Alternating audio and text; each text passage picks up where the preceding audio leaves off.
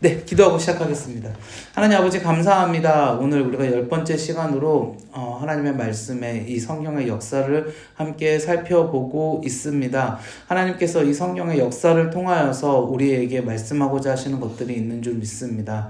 하나님 나라의 역사가 지금까지 어떻게 흘러왔는지, 또 그것들을 통하여서 하나님이 우리를 어떻게 구원을 주시고 은혜를 주시려고 하는지를 우리가 이 시간 확인하며 주님 앞에 감사한 마음으로 끝낼 수 있는 시간이 되게 하여 주시옵소서. 처음부터 끝까지 하나님께서 인도해 주실 줄 믿고 감사드리며 예수님 이름으로 기도합나이다. 아멘. 네, 우리가 지난 한 시간을 휴강을 했었기 때문에 우리가 오늘 다시 시작을 한번 해볼 때 먼저 우리가 성경의 전체적인 시대 구분부터 우리 항상 첫 번째 시간에 했던 것이었죠. 이제는 좀 빠르게 할 수 있을 것 같습니다. 성경의 첫 번째 시대는 우리가 창조시대라고 불렀었고요. 창조시대에는 당연하게 창세기였는데 성경으로는 창세기 1장부터 몇 장까지 내용이었다? 11장까지의 내용이었다. 여기에는 하나님의 창조, 인간의 타락, 그 다음에 노아의 홍수, 그리고 바벨탑 사건까지 이렇게 포함되어져 있었다. 창조시대가 끝나고 하나님이 한 사람을 선택하셨죠. 그래서 그 사람으로부터 어떤 시대가 시작됐습니까? 족장시대. 그렇습니다. 족장시대가 시작됐고요. 그렇게 선택하신 한 사람의 이름이 누구였죠? 아브라함이라는 사람이었고, 족장시대의 4명의 족장을 우리가 이야기할 때는 아브라함, 이삭, 야곱, 그리고 누구까지요? 요셉까지 이어지는 내용이 어디에 나와 있다? 창세기 12장부터 50장까지의 내용에 나와 있다. 야곱의 시대에 야곱의 70명이 요셉은 이집트의 총리로 있었고 야곱의 70명 가족이 이집트로 이주하였었죠. 그리고 400년이라는 시간이 흘렀다 했습니다. 400년이라는 시간이 흘러서 이제 하나님이 한 사람 그 지도자를 불러주셨는데 그 사람의 이름이 뭐였죠? 모세. 그래서 모세 시대가 시작되었다라고 했고요. 이 모세 시대는 크게 두 가지로 다시 나누어진다라고 했습니다. 첫 번째, 애굽을 탈출하였다. 그래서 출애굽 시대. 당연히 여기는 성경은 출애굽기와 우리가 여기서 한 가지 더 연결돼서 볼 거는 레위기라고 말씀드렸었고요. 그 다음에 출애굽을 하는 과정이 나와 있는 출애굽 시대를 지나서 이스라엘 백성이 40년 동안 어디서 살았죠? 광야에서 살았다. 그래서 광야 시대. 그래서 이거는 민수기와 어떤 책을 뭐라고 했습니까? 신명기를 연결해서 보자라고 했습니다. 광야 시대가 광야 시대가 끝이 나고 이제 드디어 하나님께서 약속하신 땅에 들어가죠. 그 땅의 이름이 뭐였습니까? 가나안. 그래서 가나안을 어떻게 했다? 정복했다. 그래서 가나안 정복 시대. 이건 성경책 어디에 들어가 있다고요? 여호수아가 장군이 돼서 모세가 죽고 여호수아 후계자 여호수아가 장군이 돼서 가나안을 정복하였다라고 하는 가나안 정복 시대가 있었죠. 가나안 정복 시대가 끝나고 우리가 이제 하나님께서 그 여러 이민족들이 침입해 올 때 지도자들을 세우셨는데 그 지도자들의 이름이 뭐였다? 맞아요. 사사였다. 그래서 이 시대를 뭐라고 부른다? 사사시대. 자, 온니엘부터 시작하는 사사시대가 삼손까지 쭉 이어져 내려왔고요. 삼손 시대가 끝나고 마지막 사사라고 불리기도 하고 첫 번째 선지자라고 불리기도 하는 누가 나오죠? 맞아요. 사무엘이 나옵니다. 이 사무엘의 등장부터 우리는 뭐라고 부르기로 했냐면 왕정시대라고 부르기로 했는데 사무엘은 왕은 아니었지만 왕을 어떻게 했던 사람이었다? 기름 부어서 세웠던 사람이었다. 사무엘이 세운 왕이 2명이 있었죠. 누구였습니까? 첫 번째 사울 왕이 있었고요. 두 번째 다윗 왕이 있었고 다윗 왕의 아들이 누구였습니까? 솔로몬이었습니다. 맞습니다. 다윗의 증조 할머니는 누구였죠? 룻이었고 사무엘은 한나로부터 태어나서 우리가 이 6명을 잘 기억했으면 좋겠는데 이 솔로몬까지의 시대를 우리가 통일 왕조라고 부르기로 했었어요. 그렇죠? 이게 사무엘, 사무엘, 하까지의 내용이고 열왕기 상의 일부분도 여기에 포함되어져 있다라고 했었습니다.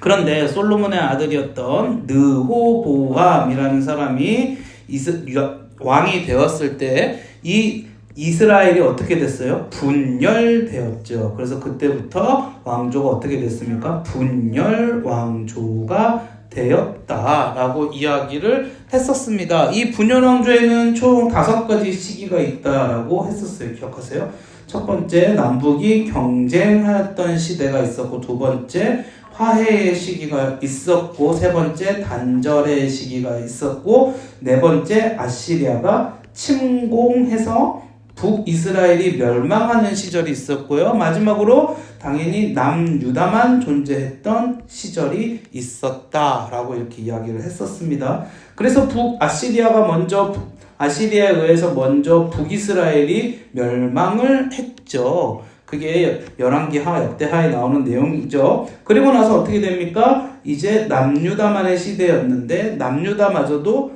누구한테 멸망을 했다고 했었죠? 바벨론에게 남유다도 결국은 멸망을 하였다라고 하는 게 우리가 지난주까지 했던 내용입니다. 그래서 분열왕국 시절이 끝이 나면서 바벨론으로부터 멸망했을 때 사람들이 뭐로 끌려갔다? 포로로 끌려갔다. 그래서 여기를 포로 시대라고 부르고요. 그런데 나중에 바벨론이 바사라고 하는 제국에 의해서 넘어지고 바사에 고레스라고 하는 왕이 와서 이 사람 바벨론으로 포로로 끌려왔던 사람들을 돌려보내줬다라고 지난 시간에 했었죠. 그래서 그 돌려보내준 시대를 뭐라고 부르기로 했어요? 포로 귀한 시대. 맞습니다. 포로 귀한 시대. 성경으로 따지면 에스라, 느헤미야, 학개 뭐 이런 책들이 여기에 포함되어진다라고 같이 공부했었던 기억들 나시죠? 여기까지는 잘 알겠는데 여기서부터 조금씩 헷갈리기 시작하면 정상인 겁니다. 네, 그 정상인 걸 걱정하지 마시고요. 네, 어쨌든 우리가 포로 귀한 시대까지 했었습니다. 자, 그래서 이제 성경은요, 이 포로 귀한 시대까지 오면 성경은 구약 성경이 끝이 나요. 구약 성경이 끝이 나요. 근데 여러분 요거를 기억하시면 좋아요. 자, 포로 귀한 시대까지 왔을 때에 제국이요. 여러 제국들이 있었잖아요. 지금 왕조 시대까지 오면서 이스라엘의 역사에서는 왕조 시대에 분열왕국 시대를 넘어오면서 이제 점차로 성경 속에서는요, 이방의 제국들이라고 하면 작은 나라가 아니라 큰 영토를 다스렸던 제국들이 등장하거든요. 그 제국들의 계보를 좀 머릿속에 넣어놓으면 좋아요. 자, 왕조 시대가 오고 그 다음에 분열왕조가 왔다 그랬죠. 분열왕조가 오면서 어떻게 됐습니까? 나라가 남유다와 북이스라엘로 나뉘었어요. 여기가 북이고 여기가 남이죠. 그런데 위에는 무슨 문명이 있죠? 메소포타미아 문명이 있고요. 아래는 이집트 문명이 크게 있었죠. 이 당시까지. 근데 여기서 그 전의 역사들은 또 우리가 그 전의 역사들은 여러 가지로 반복되는데 그것까지는 하지 말고요. 성경에 나오는 것만 보면 신아시리아가 먼저 여기서 점차 세력을 넓혀갑니다. 그게 분열왕국 초기부터 그래요. 그래서 아합하고 여호사밧하고 같이 친하게 지낼 때에도 어떻게 했어요? 이 아시리아가 넘어올 때 원래는 이 위에 여기 아람이라고 하는 제국이 있었죠. 이 아람과 북이스라엘이 사이가 너무 안 좋았었는데 아시리아 때문에 잠깐 3년 동안 동맹을 맺기도 할 정도로 아시리아 세력이 강해졌죠. 근데 결국 이 아시리아가 북이스라엘을 멸망시켰어요. 우리 지난 시간에 봤을 때. 그리고 나서 아시리아가 남유다까지 침공을 했죠. 그때 남유다의 왕이 누구였냐? 그 유명한 히스기야 왕이었어요. 그런데 이 침공을 해서 여기를 정복하지 못했고요. 그때 성경에는 아시리아에 18만 5천 명이 죽었다라고 했거든요. 그때부터 점차 세력이 약화되기 시작해서요. 자, 아시리아가 무너지고 그 옆에 있던 바벨로니아라고 하는 바벨론이 세력을 커지기 시작합니다. 그러니까 제국의 계보는 아시리아부터 시작을 했어요. 그 다음에 어디로 넘어왔습니까? 바벨론으로 넘어왔어요. 이 아시리아가 북이스라엘을 멸망시킨 거예요. 이게 제국이 왔다 갔다 하니까 우리가 헷갈리는데 요것 정도는 알아두면 성경을 보는데 도움이 되겠죠. 그 다음에 북이스라엘이 멸망되고 아시리아가 멸망했죠. 그리고 나서 바벨론이 어디를 멸망시켰다고요? 남유다를 멸망시킨 거예요. 그 다음에 바벨론이 남유다를 멸망시킨 다음에 포로로 끌고 간 게 누구라고요? 바벨론이에요. 그러니까 포로 시대까지 바벨론 시대예요, 여러분. 포로로 바벨론이 남유다의 사람들을 자신의 나라 그발 강가로 데리고 갔어요. 자, 여기까지는 조금 이해되시죠? 그 다음에 옆에 있던 바사라고 하는 나라가 있거든요. 지도를 제가 갖고 왔어요. 보세요. 이 지금 바벨론이에요. 지금 아시리아는 바벨론에 무너졌다 그랬으니까 여기가 니느웨예요. 여기가 원래 아시리아의 발음지였는데 아시리아는 바벨로니아라고도 불리는 바벨론에 무너졌으니까 이미 없어졌고 그 다음에 여러분 쭉 보세요. 여기 보면은 여기 지금 뭐라고 적혀 있어요? 페르시아라고 돼 있죠. 이게 성경에 나오는 바사입니다. 위에는 메대가 있죠. 원래는 처음에 메대하고 바사하고 연합을 했었는데 바사가 나중에 메대를 쳐서 이 액티바나에서 결국 승리를 하고요. 바벨론까지 나중에 쭉 해서 넓히죠. 그리고 바사가 페르시아가 되는 겁니다. 자, 그래서 바벨론까지 포로 시대였고요. 바사 시대로 넘어오면서 포로를 기환하는데 이때 포로를 기환해주는 왕이 중요해요. 그 왕이 성경에서 봤을 때 고레스 왕이에요. 고레스 왕. 그 유명한 고레스 왕이에요. 요거 정도는 알아두면 좋겠죠. 자, 아시리아가 북이스라엘을 멸망시켰을 때 왕이 누구냐? 느부갓네살. 그 유명한 느부갓네살은 바벨론이죠. 네, 느부갓네살은 바벨론. 느부갓네살. 아시리아가 북이스라엘 멸망했을 때에는 그 사네립 이전이었죠. 네, 갓네살. 자, 제가 착각했습니다. 빨리 수정할게요. 느부갓네살이 바벨론, 남유다를 멸망시킨. 이 느부갓네살이 굉장히 성경에도 포악하다고 나오고 굉장히 호전적으로 나오잖아요. 이 바벨론이 유명한. 그러니까 이게 지금 우리가 자꾸 헷갈리는 게 뭐냐면 이름도 너무 어렵고 제국도 계속 바뀌고 막 이러니까 너무 헷갈리는데 요 정도는 알아두자고요. 아시리아가 북이스라엘을 멸망시켰구나.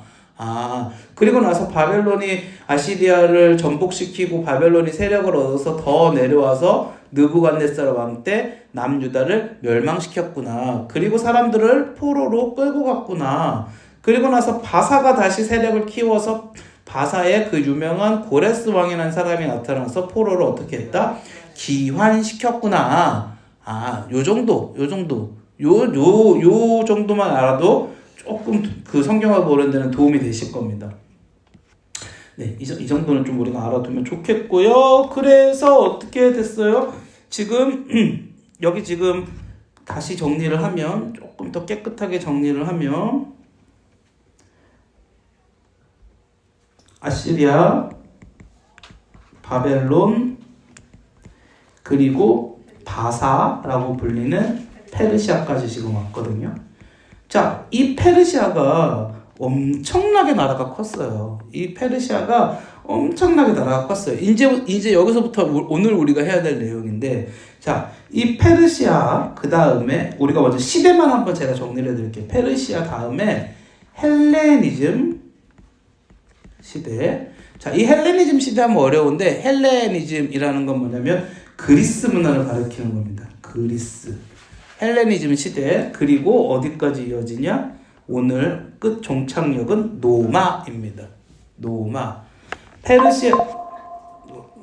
페르시아, 헬레니즘, 그리고 노마까지 이어지는 시대가 이 노마에서도요. 노마를 두 가지로 나눌 수가 있어요. 노마 앞에서는 어떤 집정관들이 나라를 다스리고 원로원들이 나라를 다스렸던 시대가 있었고요. 이게 뭔지 좀 이따 할 거고, 그 다음에 이제 황제 시대가 황제 시대가 나오거든요. 이 황제 시대가 시작된 지 얼마 안 됐을 때에 누가 나오시냐? 예수님의 생애가 시작되는 겁니다. 이 황제 시대가 시작되고 나서 예수님의 생애가 시작되는 겁니다. 아시겠죠? 자, 그럼 한번 볼까요? 자, 여러분 페르시아의 지도 한번 보여드릴까요?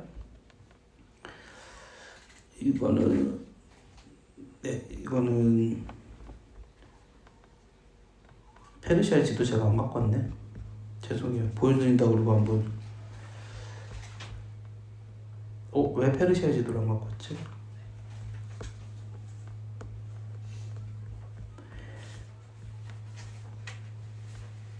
이거는 지금 페르시아의 지도가 아니고요. 그 그리스 알렉산더 대왕의 지도인데 대충 비슷합니다. 네, 대충 비슷합니다. 근데 이제 지금 뭐가 다르냐면 여기 지금 여기를 잘라가지고 요 부분까지는 아니고요. 요 그 앞선 그 요 아래까지도 아니고 요 정도 이 정도까지는 비슷합니다. 이게 페르시아 제국의 페르시아의 영토입니다. 그러니까 이게 지도로 봐서 그렇지 우리나라를 넣으면 어느 정도 될까요? 우리나라가 한 이만 할걸요? 네, 한 이만 할걸요? 이 정도 땅 될걸요? 엄청나게 넓은 땅이죠. 우리나라하고 이스라엘하고 비슷한데 이스라엘이 조금 더 작은데 한 요만한 거니까는 요만한 게 지금 거의 뭐 5, 60개는 더 넘게 들어가는 거잖아요. 성경에는 저 페르시아의 땅이 전국 128도라고 나와 있습니다.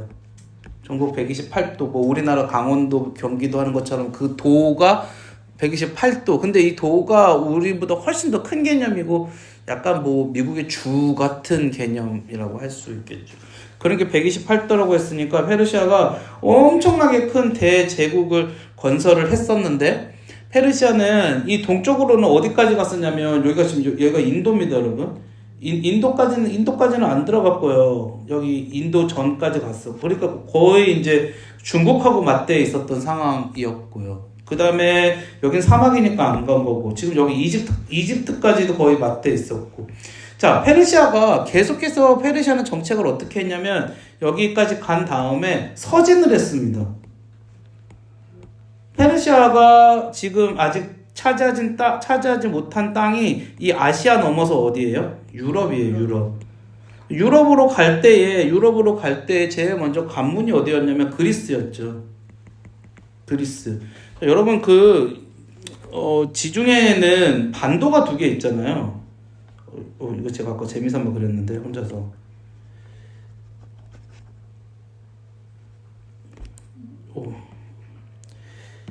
보시면 여기가 이렇게 지중해고요. 그러면 이게 지금 이탈리아, 그 다음에 이게 그 그리스 쪽 마게도니아 위에가 그 마게도니아 그리스 그 섬이라고 할 수 있겠죠. 그럼 여기가 페르시아거든요. 그러니까 페르시아가 이렇게 쭉 들어와서 여기 와서 그리스하고 붙은 거거든요. 근데 그리스는 사실은 그때는 통합 국가도 아니고 도시 국가. 그때가 우리가 나오는 이제 막 역사에 나오기 시작하는 그때 아테네 문명, 뭐 스파르타 문명 그럴 때였으니까 굉장히 뭐 싸움이 안 된다고 생각했는데 어떻게 됐습니까? 그리스가 이겼죠. 그리스가 이기고 페르시아가 패퇴했습니다. 그렇다고 해서 페르시아가 그때 없어졌느냐? 그건 아니고요. 그리스는 명맥을 유지하고 살아남았는데 그리스는 이제 남쪽에 아테네, 그 다음에 아까 말씀드린 스파르타가 다 있었고 위에는 이제 마게도니아 지방이라고 불리거든요. 이 마게도니아 지방에서 그 유명한 산 사람이 나오는데 그 사람이 누굽니까? 알렉산더, 우리는 대왕이라고 불렀던 사람. 이 사람이 보면은 20살에 왕이 되었다 그러잖아요. 20살에 왕이 되어가지고 이 알렉산더가 정복전쟁을 시작하죠. 뭐 여러 가지 다큐멘터리 보고 막 이러면은 알렉산더가 굉장히 그 전술도 잘 쓰고 진영도 잘 짜고 또 뭐 창 같은 것도 잘 쓰고 뭐 그랬다라고 하는데, 그래서 이 알렉산더가 정복 전쟁을 펼쳐서 페르시아하고 싸움을 계속해서 해 나갑니다. 이때 나오는 이 왕들이 우리가 지난 시간에 여러분들이 보았을 때 95페이지 한번 보시면요. 여기 보면 그 페르시아의 왕들에 관해서 표로 만들어드린 페이지가 있거든요. 이때 이 후반부에는 다 지금 크세르크세스 2세부터 시작되는 이 후반부는 다 여기 지금 그리스와의 싸움을 했던 왕들이에요. 여기 지금 자세하게 적어놓지는 않았지만 여기 보시면 느헤미야 말라기까지 해가지고 아닥사스다 1세 때 모든 게 끝이 났었죠. 네, 그리스하고 싸움은 언제부터 시작하냐면 크세르크세스 1세, 여기 지금 보시면은 아하수에로 있죠. 요때 페르시아 전쟁이라고 적혀 있잖아. 3차. 네. 요때 제가 왜 이걸 먼저 이야기했냐면 지금 이 사람이 에스더의 왕이지 않습니까? 아하수에로가. 그러니까 우리 좀 익숙하니까. 그 위에 누가 있어요? 다리우스 1세. 요때부터 페르시아하고 전쟁을 시작한 거예요. 계속해서 이제 전쟁이 있었던 건데 요 밑에 쭉 내려오면은 다리우스 2세, 아닥사스다 2세 여기는 지금 잘 안 적혀 있는데 여기는 포로기한하고 성경에만 관련된 거니까 이때가 이제 알렉산더하고 전쟁이 이제 본격적으로 펼쳐지는 그 시점인 것이죠. 그러면서 알렉산더가 어떻게 합니까? 아까 보여드렸던 그 지도는 원래는 알렉산더 왕의 정복 지도라고 했었죠. 지금 보십시오, 여러분. 이 녹색으로 표시된 지역을 알렉산더가 다 차지했죠. 그러니까 이게 지금 어마무시하게 땅을 다 차지한 거 아닙니까? 결국은. 네, 이게 지금 어마무시하게 땅을 여기가 다 차지했어요. 지금 이만큼을. 그러니까 그리스의 문명이 이 세계로 다 전파되는 시점이 이 시점이었던 것이죠. 그래서 여러분 성경도 그리스어로 쓰여진 거 아세요? 신약 성경을 그릭이라고 그러거든요. 그리스어입니다. 신약 성경은 원래 신약 성경은 그리스어로 쓰여졌어요. 그 헬라어. 왜 헬라어라 그럽니까? 그 그리스 로마 신화에서 그 제우스의 부인이 헬라잖아요. 그래서 이게 헬레니즘 문화라고 부르거든요. 그래서 그 헬라가 어머니니까 그 이름을 따서 헬레니즘 문화라고 부르거든요. 이 헬라어로 신약 성경이 쓰여진 겁니다, 여러분. 신약 성경은 두 가지 언어로 쓰여졌어요. 헬라어로 쓰여졌고 하나는 아람어로 쓰여졌어요. 근데 아람어로 쓰여진 게 아니라 아람어가 조금 사용되어졌어요. 그러니까 무슨 말이냐면 예수님이 그 중간에 이렇게 열리라라고 하는 걸 에바다 막 이렇게 외치는 그런 장면들 있잖아요. 거기서 에바다 이게 아람어 방언이에요. 그러니까 그런 단어적으로만 이렇게 사용되어진 거. 그리고 나머지는 다 뭐로 쓰여졌다 사실은? 헬라어로 쓰여졌다. 왜냐면 이 그리스어가 당시에 세계 공용이었기 때문에. 왜 누구 때문에 그랬겠어요? 알렉산더 때문에 그렇게 된 거죠. 알렉산더 때문에 그리스어가 세계 결국은 공용이 된 거예요. 그러니까는 그리스어로 쓰여졌어요. 근데 이 그리스어로 쓰여진 게 뭐가 좋으냐면 이제 오늘 끝부분에 이야기를 할 텐데 그리스어로 쓰여지니까 세계 공용어로 쓰여진 거예요. 그러니까는 예수님의 그 말씀에 대한 전파가 엄청나게 빠르게 되는 거죠. 여러분 공용어가 있는 거하고 없는 거는 차원이 다르지 않습니까? 엄청나게 세계에 빠르게 전파가 될 수 있는 거죠. 어쨌든 알렉산더가 이렇게 정복 전쟁을 했는데 알렉산더는 아까 말씀드린 대로 여기 제가 좀 적어서 왔네요. 알렉산더는 아까 말씀드린 대로 사실은 20살에 왕에 올랐어요. 그런데 몇 살에 죽었냐면 33살에 죽었어요. 33살. 그러니까 되게 빨리 죽었죠. 알렉산더는 되게 빨리 죽었죠. 근데 이렇게 큰 제국을 차지하고 났는데 알렉산더는 후사가 없었으니까. 그래서 알렉산더가 어떻게 하냐면 알렉산더가 그 자신들이 데리고 있던 장군들이 이제 후사를 잇습니다. 그 장군들이 총 3명인데 보시면 여기 포톨레마이어스 이름이 어렵지만 그냥 한번 듣고 마세요. 그 다음에 안티고누스, 그 다음에 셀루쿠스라는 이 사람들이 그 알렉산더의 제국을 분할합니다. 어떻게 분할을 하느냐? 지금 이렇게 이거 지도를 보시면, 자, 이게 지금 이 녹색의 제일 큰 땅이 셀루쿠스라고 하는 장군의 땅이에요. 녹색의 제일 큰 땅이 여기 이쪽 지금 지역 있죠. 이쪽 주황색 땅이 포톨레마이오스. 그 다음에 여기 노란색 땅이 안티고누스. 그리고 여기 이제 그리스 본토는 좀 이제 그 세력이 이제 같이 융합되는 곳이니까. 자, 보시면 셀루코스가 제일 큰 땅이죠. 그런데 본토하고는 제일 좀 멀고요. 프톨레마이오스는 중요한데 프톨레마이오스는 왜 우리한테 중요하냐면 이 프톨레마이오스가 차지한 땅이 어디입니까? 이스라엘, 이집트. 그 이스라엘인 거예요. 프톨레마이오스가 차지한 땅이. 지금 여기 가나안이잖아요. 여기 크게 뭐라고 적혀 있어요? 유다라고 적혀 있죠. 근데 이 프톨레마이오스가 굉장히 좀 강성적인 사람이었고 좀 그랬대요. 그래서 어떻게 했냐면 여기에 세금도 많이 부과하고 세금도 많이 부과하고 이 사람들을 막 그니까 좀 어렵게 계속해서 좀 이렇게 고달프게 막 만든 거죠.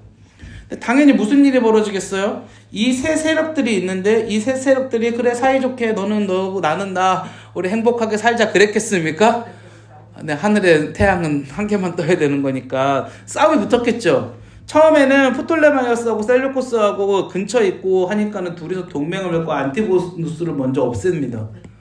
그리고서 이제 둘이서 붙는 건데, 자 여러분 지도를 잘 보세요. 지도를 잘 보시면 녹색하고 주황색이 만나는 지점이 어딘가요? 여기죠. 녹색하고 주황색이 만나는 지점이 여기죠. 여기가 어디입니까? 여기가 이스라엘입니다. 전쟁이 어디서 벌어지는 겁니까 지금? 이스라엘에서 벌어지는 겁니다. 처음에는 프톨레마이오스가 이 땅을 차지했거든요. 근데 나중에는 셀루코스가 이 땅을 밀어버려요. 이해되시죠? 그러니까 이 큰 두 세력 간의 싸움이 어디서 벌어졌다? 이스라엘에서 벌어졌다. 그러니까 이스라엘 사람들이 여러분 그 예수님 오시기 그 직전에 그 상황들 동안 괴로웠겠어요? 안 괴로웠겠어요? 네, 괴로울 수밖에 없는 상황에 이르는 거예요. 자꾸 외세 세력들이 그렇게 많이 들어오고 이러니까는 이 사람들이 힘들 수밖에 없는 상황이 이르는 거죠. 그런데 여러분 그렇다 그래서 이 사람들이 다 그 사람들에게 그냥 뭐 반감만 가지고 있었더냐? 그건 아니죠. 외세 세력이 들어오면 우리나라도 친일을 했던 사람들이 있듯이 이 사람들도 이제 어떻게 보면 자기의 정치적인 경제적인 기회를 잡을까 했던 여러 사람들이 이 가운데에서 나타나게 되거든요. 이 역사 시간 동안에. 그러니까 제가 여기서 이 셀류코스와 프톨레마이오스의 싸움이 어땠는지는 나눠드린 요걸 책을 참고하세요. 거기에 조금 자세하게 적어놨으니까 오늘은 그 내용 빼고 성경에 관련된 내용만 할 거예요. 그러니까 거기서 어떤 사람들이 나오냐면 이제 막 돈을 주고 대제사장직을 사는 사람들, 제사장직을 사는 사람들이 나옵니다. 자기들끼리 있을 때 상관없는데 외세가 와갖고 외세가 힘을 들이니까 그 외세에게 잘 보이면 어떻게 하는 거야? 한 자리를 얻을 수 있는 거죠. 이 사람들이 뭐 정치적으로 그런 것들을 그 종교적으로 그런 것들을 막 안배하고 막 이러겠어요? 아니죠. 그러니까 여기서 지금 야손이라고 하는 사람이 아까 프톨레마이오스하고 셀루코스가 있다 그랬죠? 처음에는 프톨레마이오스가 차지하고 있다가 셀루코스가 여기를 정복해 버렸어요. 이렇게 해서 세력이 이렇게 넘어왔거든요. 근데 그 셀루코스에서도요, 이제 셀루코스의 지배자들이 쭉 나올 거 아니에요? 그러다가 안티오코스라고 하는 사람이 나와요. 이때 야손이라고 하는 사람이 대제사장직을 삽니다. 대제사장직을 사버렸어요. 그러니까 어떻게 했어요? 대제사장직을 사고 나니까 이 야손이라는 사람이 누구한테 대제사장직을 샀어요? 안티오코스. 이 사람은 원래 어디예요? 그리스 사람인 거잖아요. 알렉산더의 그 셀류코스의 자기가 이제 그 자손이니까 그리스 사람이잖아요. 그러니까 이 야손이 뭘 하냐면 헬라의 문화를 가지고 와서 이스라엘의 종교를 혼탁하게 만들어 버리는 거예요. 이해되시죠? 이스라엘의 종교를 이제 완전히 혼탁하게 만들어 버리는 거죠. 그러니까 여기서 이제 이건 아니다라고 생각하면서 여기서 혁명을 일으키는 가문이 나옵니다. 그게 마카비라고 하는 가문이 등장합니다. 마카비라고 하는 가문. 마카베오라고도 하고요. 마카비라고도 하는 가문이 등장해요. 이 가문에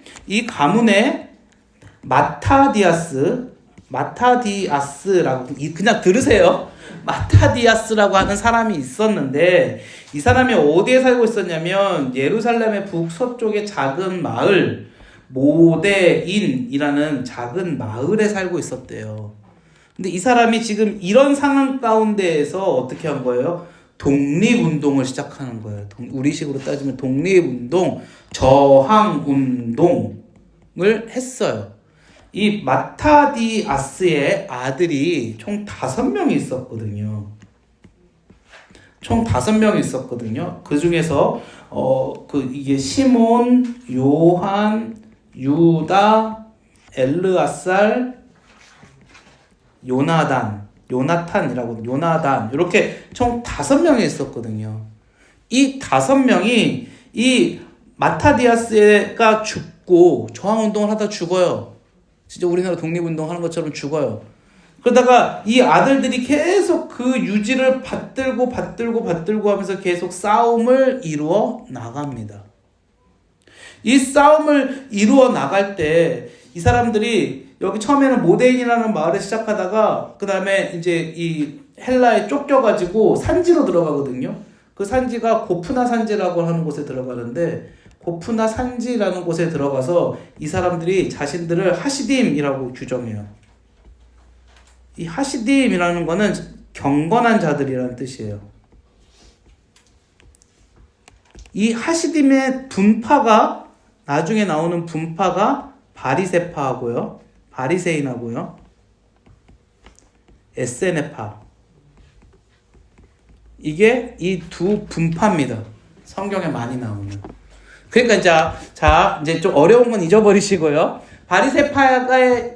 바리새인의 시작이 어디냐면 그리스의 이방 사상이 들어오고 그리스가 우리나라를 막 침탈하고 약탈하고 거기 또 이 야손이라는 사람 때문에 이방의 종교의 색깔이 들어와서 나라가 혼탁하게 되어 있는 상태에서 저항운동을 시작했고 그 사람들이 산으로 쫓겨가서 그곳에서 우리는 하나님 앞에서 경건하게 살자라는 의지를 다졌고 이제 이게 바리새인은 아니에요. 나중에 근데 여기서 바리새인이 이제 점차 이 자기들의 정체성을 갖추면서 나오기 시작한 거예요. 그러니까 그 영적 그 원류는 지금 여기에 있는 거죠. 그러니까 바리새인들이 어떤 사람인지 이제 대충 좀 느낌이 오시죠. 바리새인들은 그 저항운동의 그 상황 가운데서 태동되었었기 때문에 강직하고 자기들은 이 영적으로 혼탁한 상황을 타개하기 위해서 나왔기 때문에 굉장히 영적으로 깔끔하려고 노력했던 것이고 그러니까 그 근본 자체는 나쁘진 않았는데 문제는 뭐예요? 너무 그런 거를 신경을 많이 쓰니까 회칠한 무덤이 돼버리는 이제 그런 상황에 펼쳐졌던 겁니다. 이게 지금 그 상황 가운데서 있었던 그런 일들이에요. 그래서 이 마카비가 굉장히 중요한데 제가 조금만 더 마카비 그 저항 운동을 이야기를 하면 자 여러분 이 마카비 저항 운동을 시작을 해서 아까 처음에 첫 번째 사람이 누구였다 그랬어요? 마타티아스라는 사람이었고 그 아들들이 5명이 있었다 그랬죠. 여러분 이 아들들이 다 아버지의 뜻을 따라요. 보면 시몬부터 시작해서 그 순서만 막 왔다 갔다 할 뿐이지 다 따르거든요. 그런데 이 사람들이 지금 다 결국 어떻게 해요? 여러 가지 일들로 죽음을 당하고 뭐 이제 싸우다가 죽고 막 이런 일들이 이제 막 투쟁하고 막 이러한 일들이 계속해서 벌어지게 됩니다. 그러다가 시몬이 마타디아스 다음은 이 유다가 유지를 받들었어요. 그 다음에 요나단이 유지를 받들었어요. 그 다음에 세 번째로 시몬이 유지를 받들거든요. 이 시몬이 이 자리를 물려받았을 때에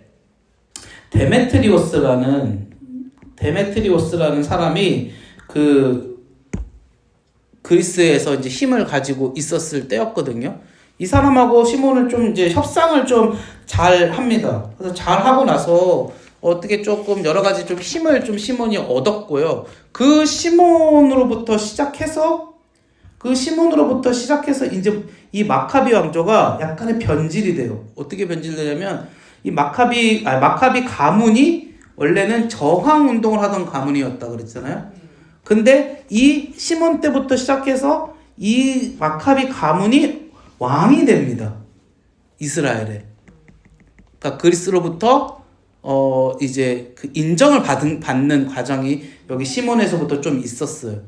그러면서 여기가 무슨 왕이 되냐면 하스몬 왕조라고 불리는 하스몬 왕조라고 불리는. 이스라엘 역사상에서 그 앞에 다윗 왕조 말고 여기 왕조가 하나 더 들어오는 그러한 일들이 벌어졌던 거예요. 네네네네.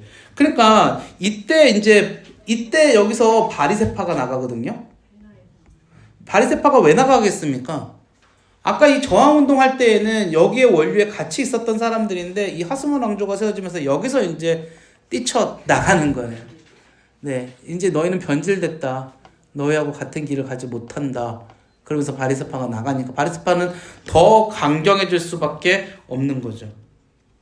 자, 그런 상황 가운데에서 이제 쭉 하스몬 왕조가 쭉 이어지는데 이제 세계 정세는 어떻게 됩니까? 세계 정세는 그때 드디어 누가 등장하냐면 이제 세계에 로마가 등장을 하는 거죠. 지금 이스라엘 역사는 이렇게 흘러가고 있고요. 이제 로마의 역사로 넘어가는 거죠. 세계는 그리스에서 어디로 넘어갔다고요? 로마로. 로마가 어떻게 했습니까? 로마는 처음에는 이탈리아 반도에서 시작을 했었죠. 그러다가 어떻게 왕들 7명의 왕들이 있었다 그러고요. 그러다가 점차 세력을 키우고 막 그러다가 제일 중요한 게 로마는 이 지도를 살짝 그려보면 그림을 잘 못 그려가지고요. 용서해 주시고. 네. 그냥 뭐 대충 이렇게 보면은 여기가 이탈리아 반도라고 하면 여기서 이제 로마가 시작을 했는데 로마는 사실은 작은 나라였죠. 그러다가 로마가 패권을 얻게 되는 큰 싸움을 하게 됩니다. 그 싸움이 뭐였냐면 포에니 전쟁이라고 부르는 싸움을 했죠. 그게 어디와의 싸움이었냐면 여기 아프리카와의 싸움이었어요. 근데 그 아프리카의 어디냐? 이 위에 부분. 이 위에 부분의 해안이잖아요. 여기를 카르타고라고 불렀고요. 여러분 이 카르타고는 원래 이스라엘에 이렇게 보면 이스라엘 위에 뭐가 있었습니까? 페니키아가 있었죠. 페니키아의 식민지, 무역항, 그래서 굉장히 돈도 많고 잘 살았던. 여기하고 포에니 1차, 2차 전쟁을 펼치죠. 그러면서 로마가 어떻게 합니까? 다 승리합니다. 2차 전쟁 때는 그 유명한 사람이 나오잖아요. 한니발이 어떻게 했습니까? 한니발이 이렇게 여기서 원래 이렇게 싸운 게 아니라 한니발이 배 타고 여기 스위스로 들어가서 알프스 산맥을 넘어서 근데 그냥 넘은 게 아니라 코끼리를 끌고 알프스 산맥을 코끼리 다 죽고 한 마리가 두 마리가 살았다고 제가 들었던 것 같은데 다 죽고 해서 이탈리아를 뒤에서 쳐서 내려가서 로마가 진짜 멸망할 직전까지 갔는데 네 그때 로마가 여기서 이 전쟁을 결국은 승리로 이끌어내면서 어떻게 합니까? 지중해 패권을 차지하게 되죠. 지중해 패권을 차지하고 로마가 그때부터 이 그리스도 점차 그리스가 힘을 잃고 로마가 어떻게 해요? 로마가 힘을 키워가면서 쭉 이렇게 전체적으로 땅을 차지하게 됩니다. 이렇게 로마가 힘을 키워가던 그 와중에 되게 중요한 인물이 나오는데 그 사람이 누구냐? 율리우스 카이사르. 그 다음에 3명이 함께 나타나죠. 또 한 사람은 폼페이우스, 또 한 사람은 크라수스. 이렇게 3사람이 나와서 3명이 같이 최고 지도자가 돼서 정치를 합니다. 이걸 삼두정치라고 부르거든요. 그런데 율리우스 카이사르는요, 이 이탈리아 북쪽의 갈리아를 정복하러 갔었고요. 이탈리아 북쪽. 지금으로 따지면은 갈리아는 프랑스, 독일 이런 쪽이거든요. 그러니까 서북쪽으로 율리우스 카이사르는 갔었고요. 크라수스는 거의 본토 쪽에 있었고 폼페이우스는 그때 어디를 정복하냐면 그때 갈릴리를 정복합니다. 그래서 폼페이우스가 그 가나안으로 들어가서 이스라엘로 들어가서 이스라엘을 굉장히 짓밟습니다. 폼페이우스가 그 유명한 이 가나안을 정복하고 성전을 모독했던 로마의 장군이 폼페이우스죠. 근데 나중에 율리우스 카이사르하고 크라수스가 먼저 끝이 나고 율리우스 카이사르하고 폼페이우스하고 싸움을 하는데 카이사르가 폼페이우스를 잡으려고 이렇게 들어가거든요. 어디까지 가냐면 여기 이집트에 그림이 너무 혼란스럽다. 이집트의 알렉산드리아까지 갑니다. 근데 그 알렉산드리아 이집트까지 갔을 때 카이사르가 질 뻔해요. 폼페이우스가 오히려 힘이 강해가지고 카이사르가 조금 어려운 시기에 몰려오는데 그때 카이사르를 그 위험에서 도와준 사람이 안티파테르라는 사람이 있거든요. 안티파테르? 제가 지금 이름이 맞는 것 같은데 어디 안티파테르 맞는 것 같아요. 이 안티파테르라는 사람이 나와서 카이사르를 그 죽음의 위기에서 도와줍니다. 이 안티파테르의 아들이 헤롯입니다. 헤롯. 네. 아니, 이 안티파테르의 아들이 누구냐면 헤롯 왕입니다. 헤롯. 여러분, 이 안티파테르 때에 폼페이우스 그 안티파테르 때에 하스몬 왕조가 좀 정리를 하기 너무 어지럽다. 아까 이스라엘의 마카비 가문부터 시작해서 하스몬 왕조로 내려왔잖아요. 하스몬 왕조의 마지막 왕이 2명이에요. 네, 2명이에요. 왜 2명이냐면 이 사람들이 그 위에 살로메라고 하는 왕의 아들들인데 서로 싸워요. 히르카누스 2세라고 하는 사람하고 아리스토로블. 이름이 너무 어려워요. 2세. 근데 지금 보면은 하스몬 왕조로 이렇게 오면서 보면은 하스몬 왕조의 이름은요 그리스식으로 되게 많이 바뀌어 버립니다. 그리스에 얼마나 동조했던 사람들인지를 볼 수가 있습니다.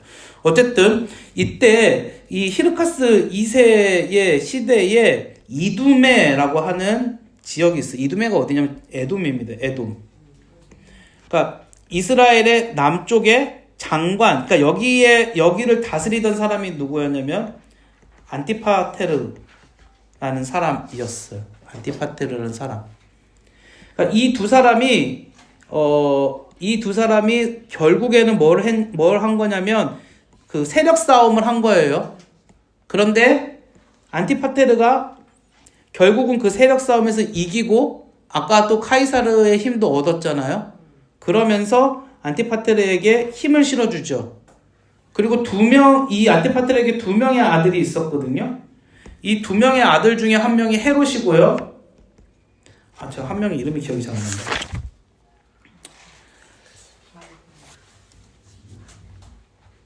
네, 아무튼 헤롯이고 한 명의 아들이 더 있었거든요. 제가 이름이 기억 안 나는데 그 이름까지는 몰라야 되는데 이 두 사람한테 이제 지역을 나눠줘요. 이스라엘 지역을 나눠주고 이 두 사람을 그 노마에서 분봉왕. 그러니까 분봉왕이라는 건 뭐냐면 이제 직접 왕이 된 게 아니라 왕이 되라라고 이렇게 지명해 준 거거든요. 그래서 헤롯은 어느 지역을 처음에 다스리냐면 갈릴리, 이스라엘의 북부. 그다음에 여기 또 한 명은 이스라엘의 남부, 유다 지역을 다스려요. 그런데 이 사람은 좀 온건했고요. 헤롯은 굉장히 잔인했대요. 굉장히 잔인했다 그러더라고요. 그런데 이때에 자꾸 너무 역사가 좀 복잡해지는데 바데라고 하는 이거 스타키아 민족 그 유목민이거든요. 싸움 잘하는 말 타는 민족이 여기를 들어오면서 헤롯이 도망갑니다. 어디로 도망가냐면 노마로 도망가요. 그리고 이 형은 죽습니다. 도망갔다가 다시 돌아오거든요. 그때에 노마가 헤롯을 완전한 왕으로 만들어줘요. 네. 그래서 헤롯이 예수님이 태어날 때 왕으로 있게 된 거예요. 그런데 이 헤롯은 노마하고 그렇게 엄청난 관계를 맺었었기 때문에 이 이스라엘의 모든 정책이나 이런 것들을 어떤 식으로 하려고 했겠습니까? 노마 형식으로 하려고 했겠죠. 노마가 잘하는 게 건축이었는데 헤롯의 주특기가 건축이었어요. 건축. 그래서 헤롯이 만든 게 항구, 가이사랴 뭐 이런 것들. 헤롯이 만든 것들이 성전 뭐 이런 것들. 이게 다 헤롯이 만든 것들. 헤롯이 만든 것들이거든요. 그게 예수님 시대에 다 예수님이 다니시고 예수님의 거기에 대해서 언급하시고 하는 것들이 헤롯이 했던 일들이 상당히 많습니다. 네네네. 근데 이런 상황 가운데에서 예수님이 오시는 거예요. 그러니까 예수님은 지금 앞서서 있었던 그 역사 가운데에서 왜 지금 바리새인들이 예수님한테 그런 말들을 하는지, 왜 에세네파 사람들은 소수만 남아있었는데 그 사람들이 예수님한테 그런 말씀을 하시는지, 이게 지금 정치하고 결탁된 것들도 많은데 예수님의 말씀에 무슨 의미가 갔는지, 지금 오늘 우리가 요만큼 이야기해도 지금 뭐가 뭔지 잘 모르겠는데 이것마저도 모르면 너무 어려운 부분들이 사실은 이해하기 어려운 부분들이 많이 있다라는 것이죠. 그래서 오늘은 그 맛배기를 일단 좀 했던 거였고요. 조금 더 나가서 이제 노마에 대한 이야기만 우리가 좀 하고 마치자면 노마. 여러분 보시면 이제 우리가 오늘 이렇게 하고 나서 참 그림 좀 잘 그렸으면 좋겠어요. 제가 진짜 대충 그려볼게요. 세계 지도를. 너무 대충인 것 같긴 한데 네, 잘 그렸죠? 네. 호주도 그려줘야죠. 네. 대한민국 그려줘야 되나? 네, 대한민국, 일본, 네, 그려줬고요. 네. 자, 보시면 우리가 계속해서 했던 땅은 여기죠. 네, 이스라엘이 여기 있습니다. 여기는 아메리카, 유럽,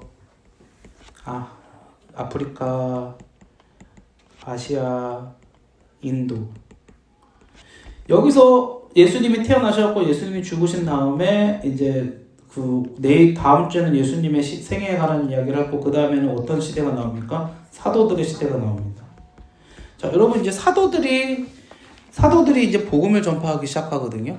우리가 잘 알다시피 바울이 전도여행을 다녔잖아요. 바울의 전도여행. 그런데 여기서 이렇게 딱 보면은 지금 이 이스라엘에 예수님이 나오고 사도들이 나왔던 시대가 지금 무슨 시대라고 우리 지금까지 배웠죠? 노마 시대라고 배웠잖아요. 노마가 거의 제국을 이루었죠. 중국까지는 안 갔어도 여기 이렇게 다 차지하고 제국을 이뤘었죠. 노마가 잘했던 것이 뭐였죠? 노마가 잘했던 거는 길을 만들었습니다. 그 다음에 두 번째, 노마는 치안을 잘했습니다. 노마 이전에 나라가 어디였습니까? 그리스였죠.